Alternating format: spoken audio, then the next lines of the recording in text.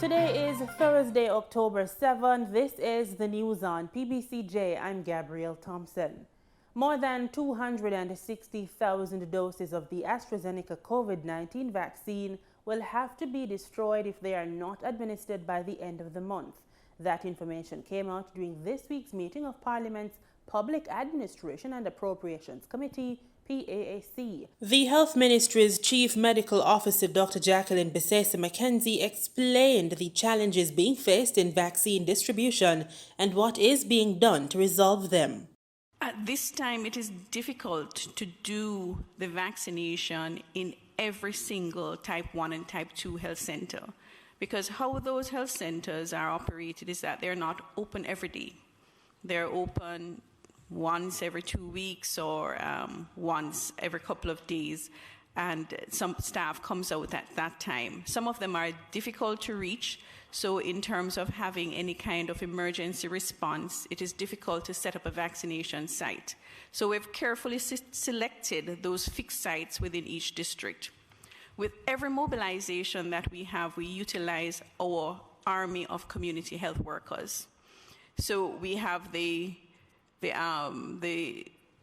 cars that go out giving the messages. We have the community health aides on the ground.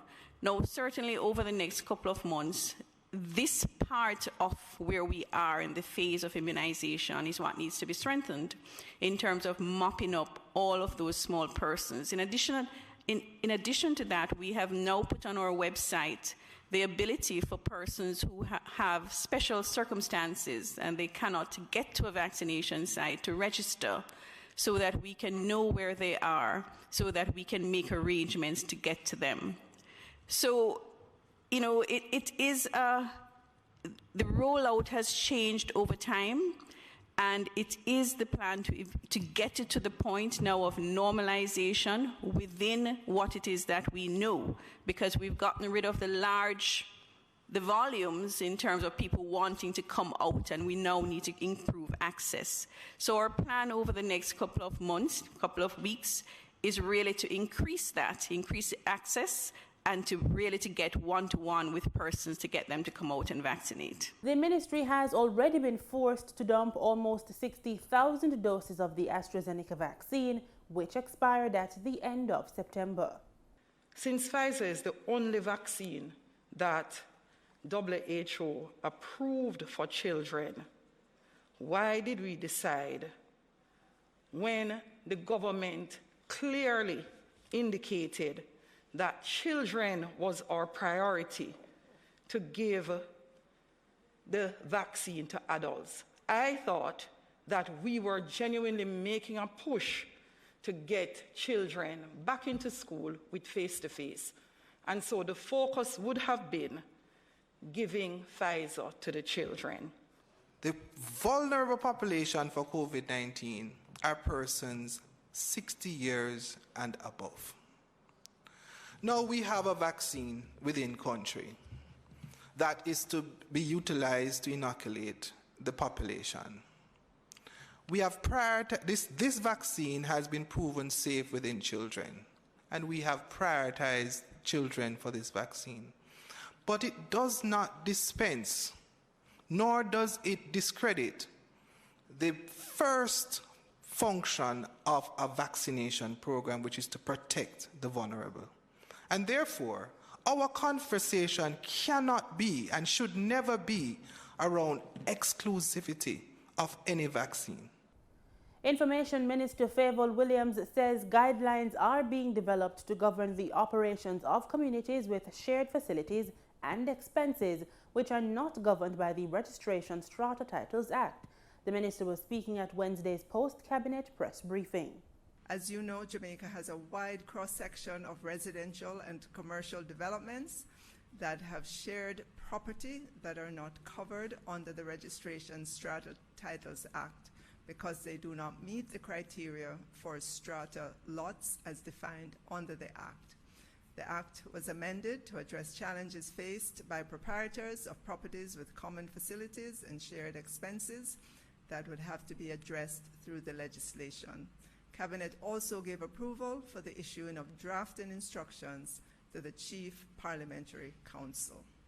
Continuous and effective service delivery. That's the mantra behind the Public Sector Transformation and Modernization (PSTM) program being implemented through the Office of the Cabinet. Director General of the PSTM, Venice Pottinger-Scott, and her Senior Director, Daniel Jones-Cox, sat down with the JIS think tank team and gave an update on the program. Simone Absalom Gale reports. Director General of the PSTM, Venice Pottinger-Scott, says her team has been working to create various programs aimed at satisfying the changing needs of clients while increasing efficiency and ease of doing business. Among the initiatives that we have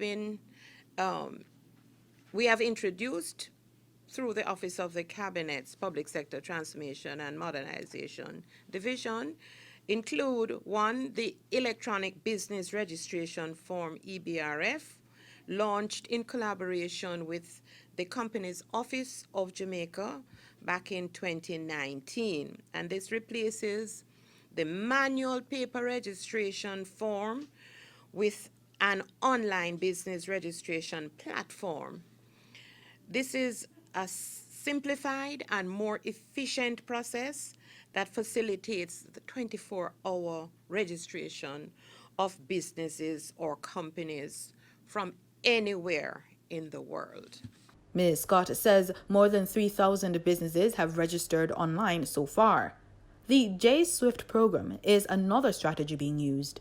Another initiative in collaboration with the Ministry of Industry, Investment and Commerce, we established the Jamaica Single Window for Trade. That is the J-Swift. You may have heard of this before.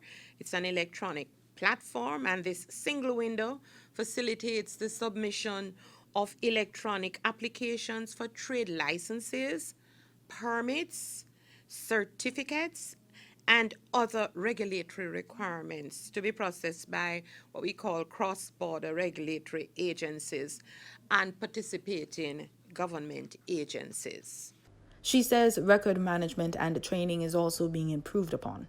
In the past, when you enter some government ministries or agencies and you try to get information, the records are not easily retrieved. In fact, sometimes they're lost. They are sometimes in boxes. They are sometimes in containers outside of the building. And to search and to try and access and find that information has proven very, very difficult in the past. Our intention through the RIM project is to make sure that we methodically and systematically put those documents in a much more retrievable form, that is using the digitization process as well as records management approaches to improve upon the collection and storage and subsequent retrieval of government's information. The PSTM team is also working on a service excellency policy. Senior Director Daniel Jones-Cox explains. It's still in its early phases as well, but our aim is to have this policy drive this culture of excellence in all that we do in the public sector. Another component of our service excellence program is the partnership that we have with the Private Sector Organization of Jamaica. And this partnership aims to design services, better service delivery, the exchange of ideas, best-in-class practices. We are aiming to work with the PSOJ and their partners so that we can learn how best to even improve on our services in the public sector.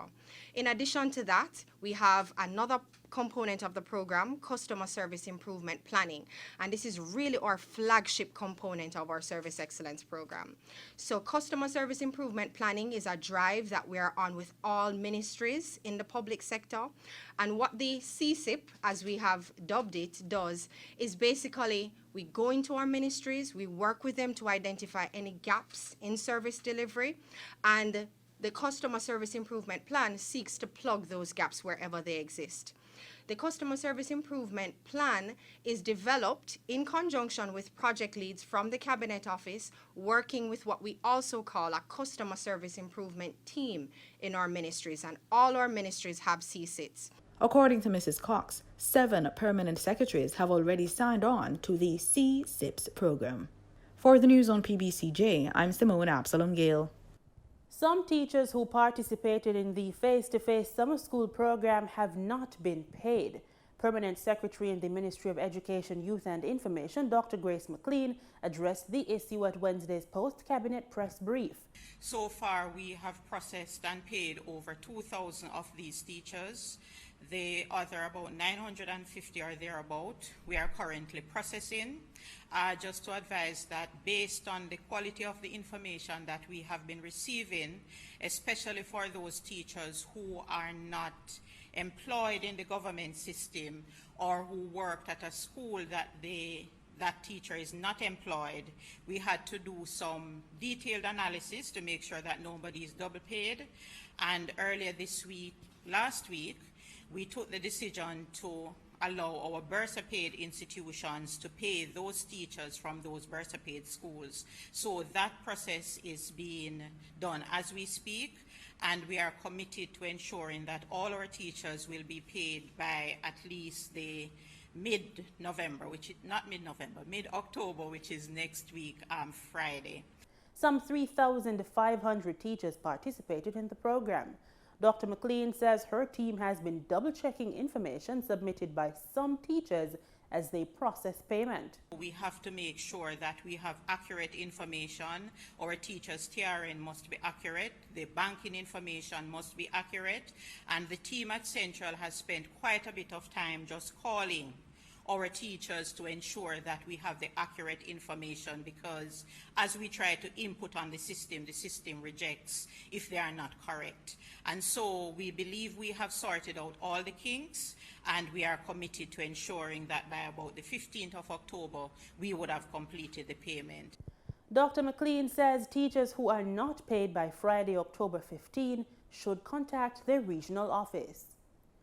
Jamaica's motto is "out of many, one people." Nowhere is this more evident than when it comes to our food, as the blend of culture finds expression in the palate. East Indian influences are a big influence on local cooking. On today's culinary trail, we find ourselves at Ali's Roti's Jamaica cuisine.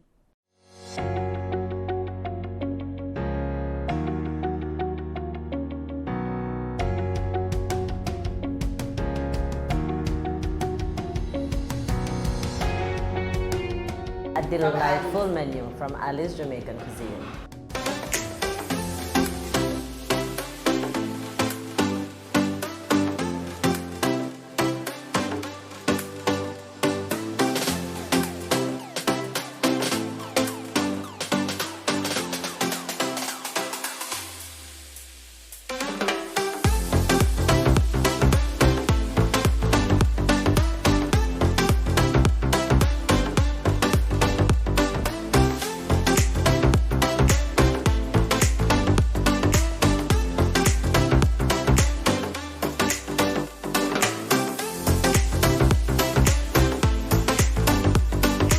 Ali's come about from my former boss, Mr. Lawrence, Michael Lawrence. He's a Trinidadian. Ali's Jamaican Cuisine is a West Indian roti shop. We serve dal puri roti, we serve bus up shot, we serve plain roti. Plain roti, they known as paratha roti. We do doubles here. You can get chicken doubles, shrimp doubles, curried goat doubles, regular doubles. Regular doubles is chickpeas with either Drew plum chutney or mango chutney. Dal puri roti is the roti with the split peas in the middle. Then we have bus up shot, one of our favorite. Bus up shot is plain roti that is torn up in pieces, but it is flaky and soft, very nice. And then we have paratha roti. Paratha roti, also known as plain roti, similar to the bus up shot, but it's round like the roti, it's round like the dal puri roti. Doubles is like patty in Jamaica, in Trinidad. So once you go to Trinidad, their patty there would be a doubles. Doubles is a sandwich with chickpeas and mango chutney. But here as Ali's Jamaican Cuisine, we put chicken with doubles, we put shrimp with doubles, we put curried goat with doubles. very nice. At Ali's, we serve Jamaican food also. So it's a Trini and Jamaican. So that's how we come up with the name Ali's Jamaican Cuisine. Ali's is a well-known roti shop in Trinidad. The Jamaican cuisine is in Jamaica here. So we serve rice and peas, we serve fried chicken, barbecue fried chicken, oxtail and bean.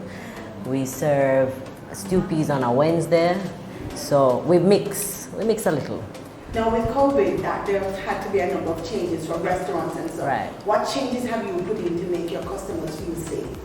Well, we have our hand sanitizer, of course. We do mostly takeout now. We have been coming here for years. My mother started, and this is the only place, that my daughter eats roti from other than at home, and with the boneless curry chicken. And then we have a variety when we come here, but when we come, we feel at home. So you do the social distancing, your hand sanitization, so you're comfortable that you're not going to be exposed. And then just the attitude of the servers and good, awesome food. Here at Ali's, we're a family.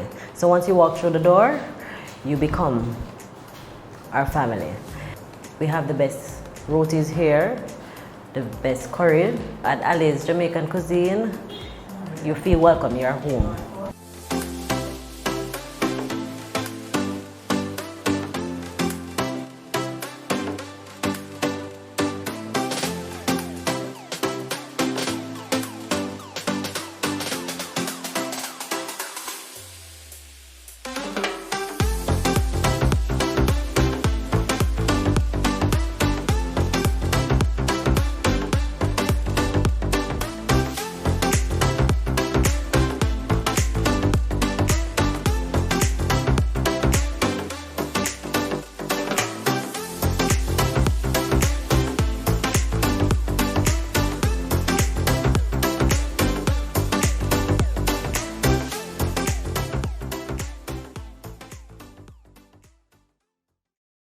Motorists will pay more at the pumps for gas and diesel this week. We get these details plus other market updates in this timely business report.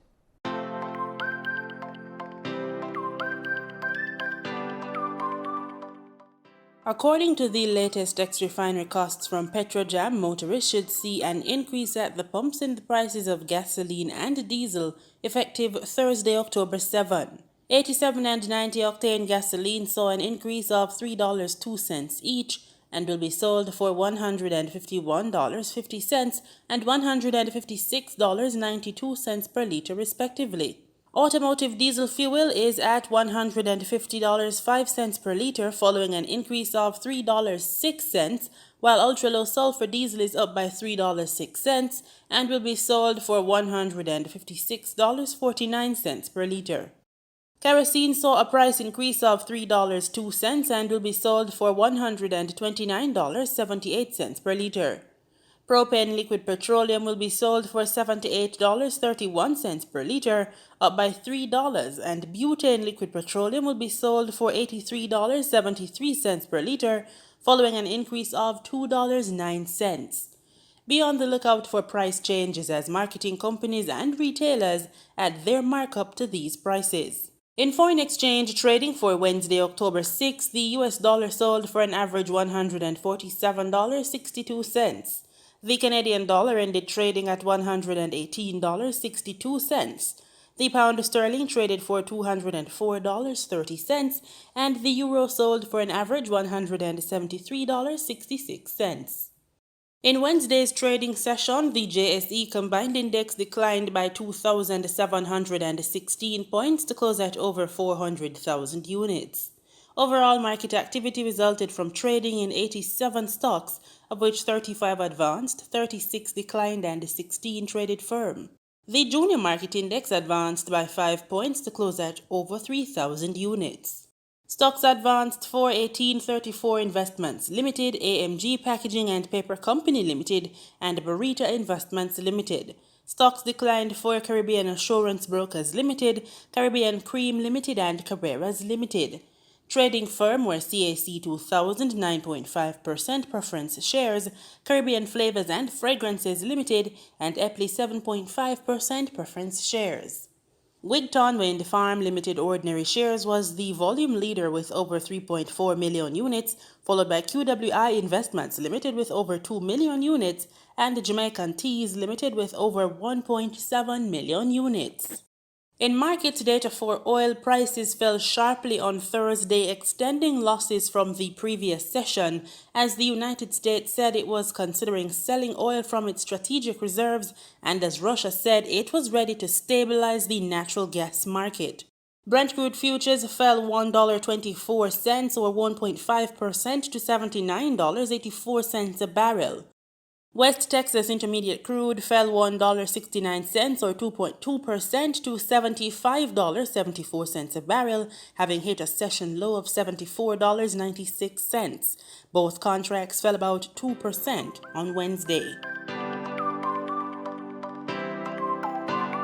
Here are some of the stories being tracked across our region. We begin in Trinidad and Tobago, where owners of establishments under the safe zone options won't be the only group facing hefty fines when restaurants, gyms and other sectors reopen next week.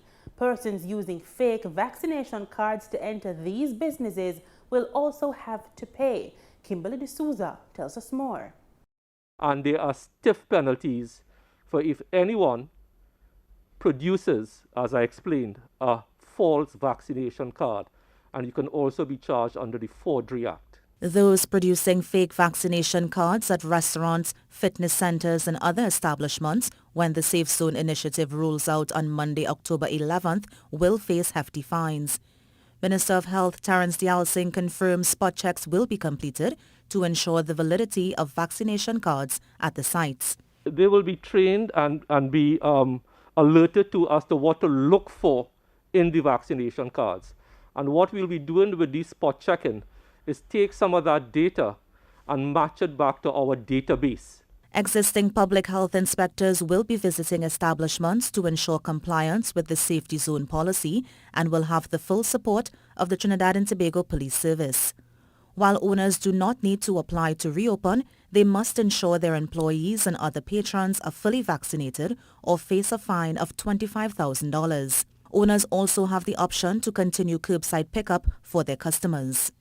If the owner of the property decides not to participate in the safe zone, as pertains now, they can do carry-out curbside pickup. But if they want to do both, they can simply have their unvaccinated patron collect their food curbside outside. Minister Dialsing confirmed food courts will open for takeout options only. As it relates to bars, Minister Dialsing said he will seek clarification from the Attorney General on whether or not they can reopen to sell alcohol as a grab-and-go option. Kimberly D'Souza, TTT News. Is Grenada inching toward mandatory vaccination? That's the question being raised in some circles across the country. This follows pronouncements made in government circles on Tuesday.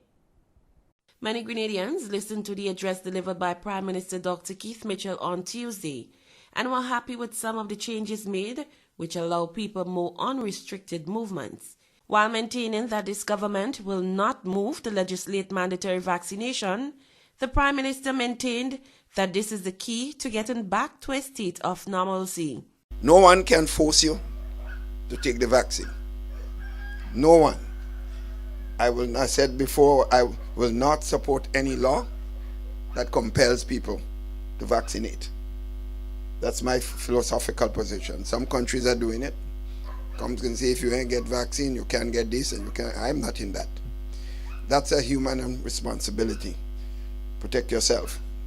But my urge is to vaccinate because that is the way we can get back to business as usual. While the Prime Minister delivered the headlines on the changes, the details came from Attorney General Dia Forrester. Thirdly, daycare centers also have the requirement to present the vaccination status of individuals working there. Likewise, to be able to open or to be able to discharge duties at that business as an employee. There is a further requirement for daycare centers. That is, individuals dropping off and picking up infants must also present their vaccination status to be able to attend or access the daycare centers. The same statute now applies to senior citizens' home. Following Tuesday's announcement, observers said it has become apparent that the country is being slowly pulled along a path of mandatory vaccination, even in the absence of any definitive announcement from the government. Public Relations Officer of the National Democratic Congress, Claudia Joseph, was asked about the party's position on mandatory vaccination. I wouldn't want to venture an NDC position on that. But what I can tell you is that people have a right to decide what goes into their body, and they have a choice to make. But one of the early principles you learn in constitutional law in terms of fundamental rights is that those rights stop where they begin to affect other people's rights. So with rights come responsibilities. Many countries around the world are witnessing a higher level of vaccine hesitancy.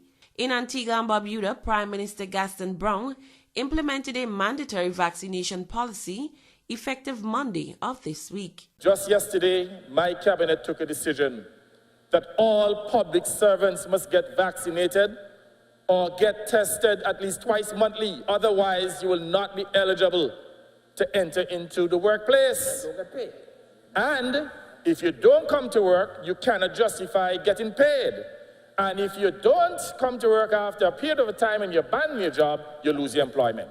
And for those in Grenada who believe that without a legal mandate to force vaccination, there can be no legal penalties for breaching the regulations, Attorney General Dia Forrester says, yes, there will be checks that are going to be done by the Chief Medical Officer and his team in relation to those establishments to be able to confirm that they are indeed complying with the regulations. And if there is non-compliance, there is provision within the regulations for penalties to be attached. For instance, if a business is non-compliant, they may be closed for up to 7 days. Likewise, if an individual is non-compliant, you can, of course, be charged in the regular scheme that the regulations have provided for traditionally. Mandates or no mandate, the debate rages. Cherian Blackman Stephen, GBN News. We kick off sports with football. Jamaica's Reggae Boys will take on the United States in a crucial World Cup qualifier inside the Q2 Stadium in Austin, Texas today, Thursday, October 7. The Jamaican squad has so far lost 2 games and drew their last away game against Costa Rica. Currently, the boys sit at the bottom of their 8-team group with 1 point. Mexico holds the lead with 7 points, chased by Canada, US and Panama with 5 points each. Costa Rica, El Salvador and Honduras each have 2 points. And in cricket, promising Guyanese fast bowler Isai Thorne has caught the eye of legendary West Indies pacer Sir Curtly Ambrose after his impressive out with the West Indies under-19s in England last month. The 16-year-old was the leading wicket-taker for the West Indies with 8 scalps in under 4 matches. Speaking Tuesday evening on the Barbadian radio program Mason and Guest, Sir Curtly spoke highly of the young pacer. Ambrose was the West Indies under-19 bowling coach on the 6-match tour. Tell us about some of the standout players and any that impressed you tremendously, Sir Curtly. Yes. Before we went to England, we had a 4-week camp in Antigua. So I've seen a lot of the guys prior to England, and there are quite a few guys who were very impressive. Now, Andrew, from my experience over the years, I don't particularly like to call names too early, because sometimes you call names and these youngsters will figure, Curtly Ambrose say I'm good, so they get complacent. So I'm trying not to call names. But yes, I can say that there are a few guys who are very impressive. And Pacey, any boy that impressed you with pace on either side, Sir Curtly? Yes. There are a couple of guys. One, Isai Thorne from Guyana. Yes. From pace. There's another guy from Antigua, Pittman. Pittman got injured, so he didn't go to England. Right. He faced those 2 are the quickest of the bunch. Oh dear, good. But there are other guys who's got good enough pace to cause some problems as well. And that's our package. Join us tomorrow when we bring you more news and sports right here on PBCJ, the People's Station.